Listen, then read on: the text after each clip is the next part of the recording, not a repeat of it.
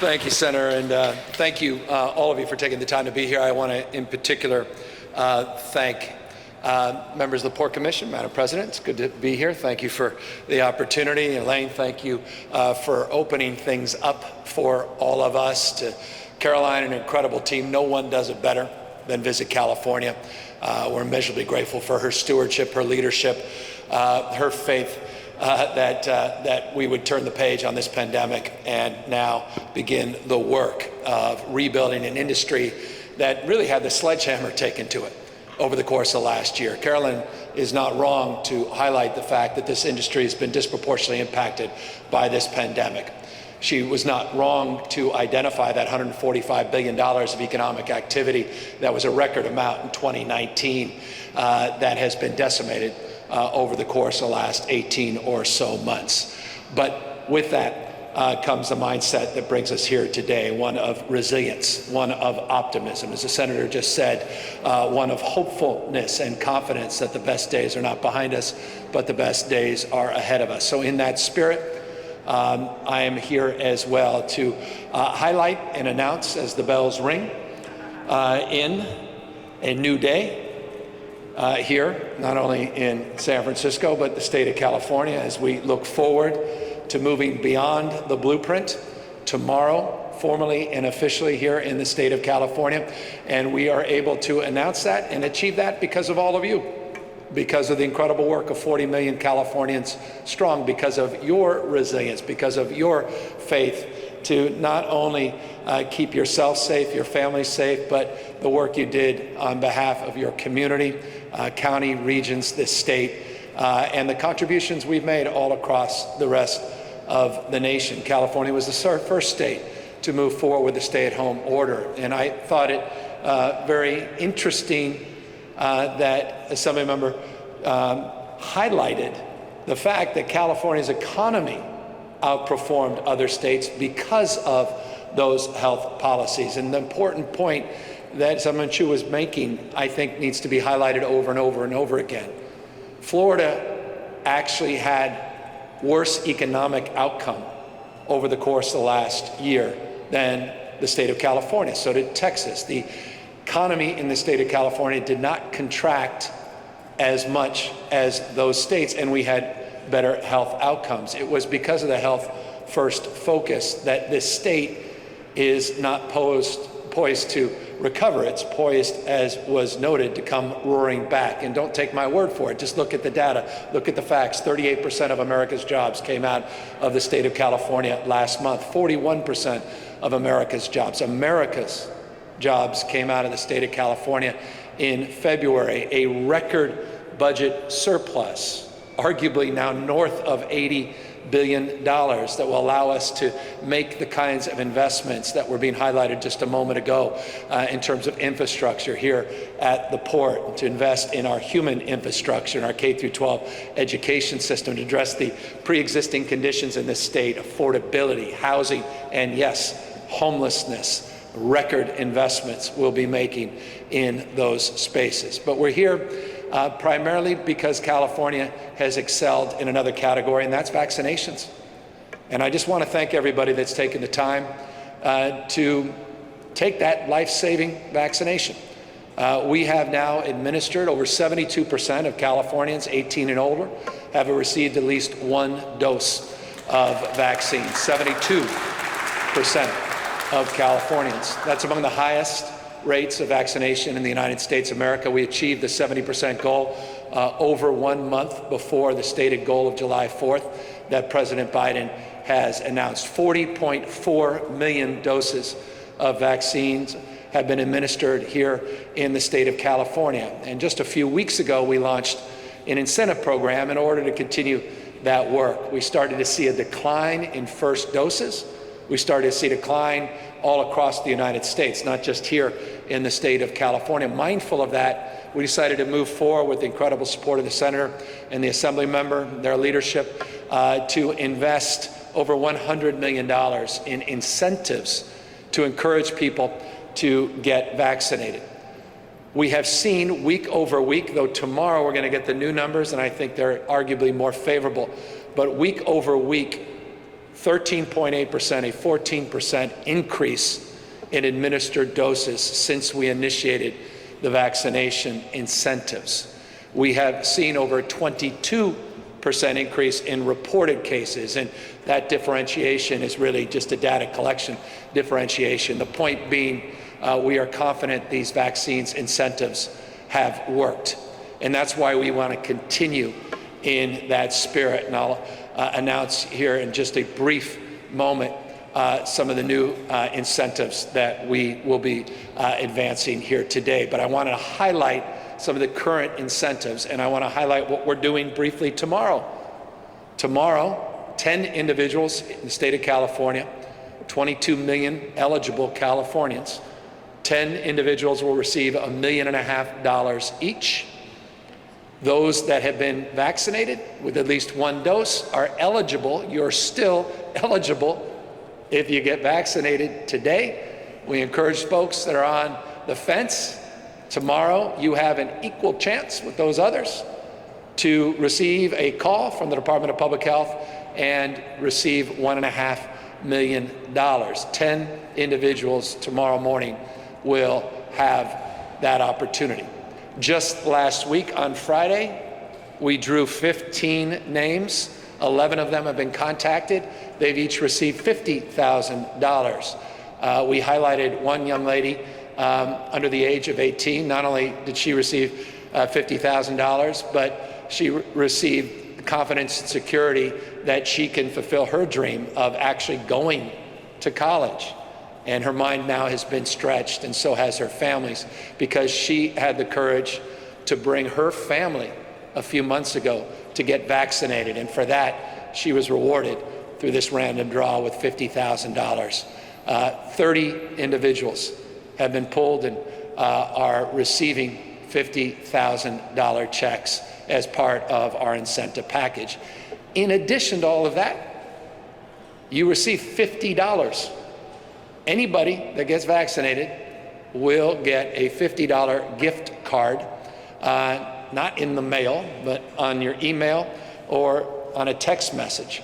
And we want to encourage folks to at least take advantage of that. That's dollars in your pocket no matter what, but again, with the chance to get the $1.5 million as we do the draw tomorrow. But here, just briefly, I'll close, we're highlighting, and the reason Caroline's here and the reason Joe D'Alessandro, the San Francisco Convention Visitor Bureau, is here is because they worked hard over the course of the last number of months to create a series of packages. We are announcing today 6 Dream Vacation packages to continue the incentive program beyond tomorrow.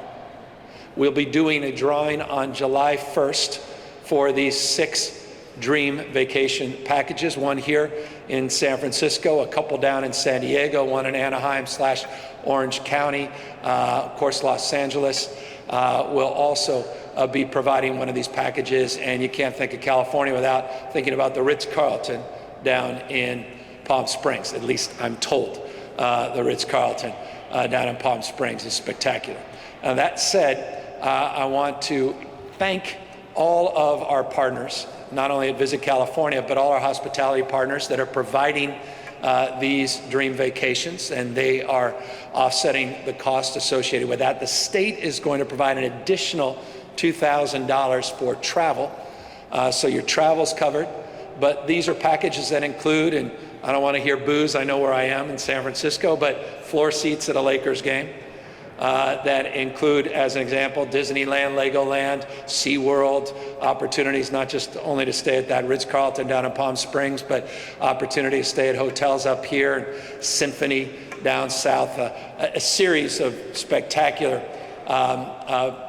items and packages and experiences, including culinary experiences that really highlight the best of California. Because with all due respect, eat your heart out the rest of the United States. There's no state in America that has more in terms of experiences, more in terms of its culinary options than the great state of California. And so we're really proud of the resources we have, human resources, the physical attributes, not least of which the Golden Gate Bridge that was behind me a moment ago.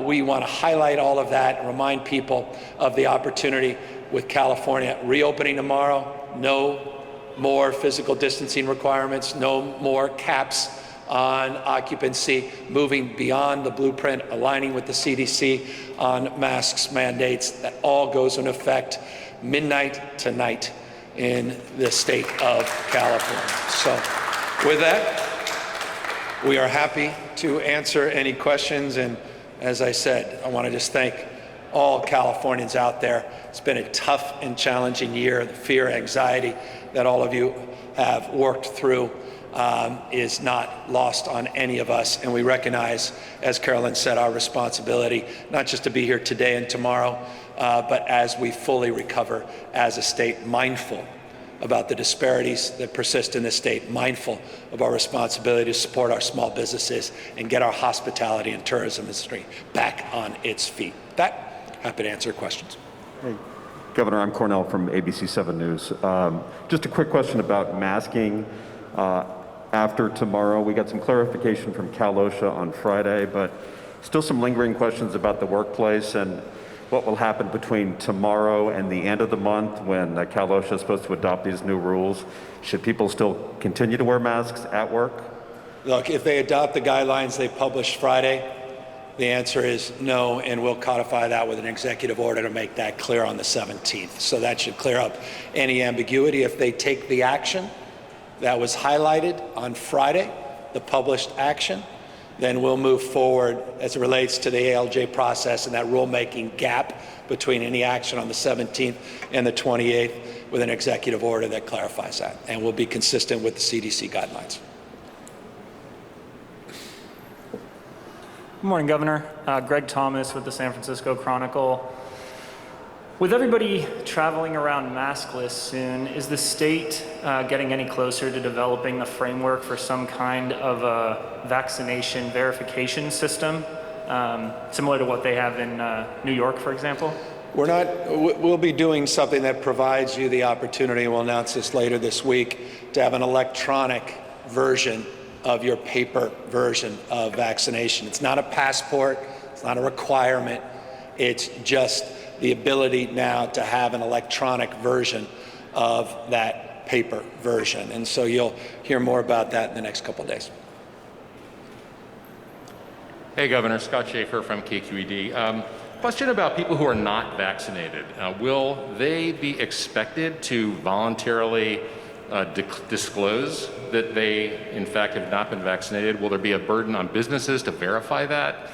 And can we trust people who are not vaccinated to tell the truth? It's a self-attestation, and as it relates to all self-attestations, you gotta believe people's veracity. But that's, at the end of the day, that will be the process we hope is adopted formally on the 17th by OSHA. OSHA will discuss that in open session on the 17th in more specificity and more detail.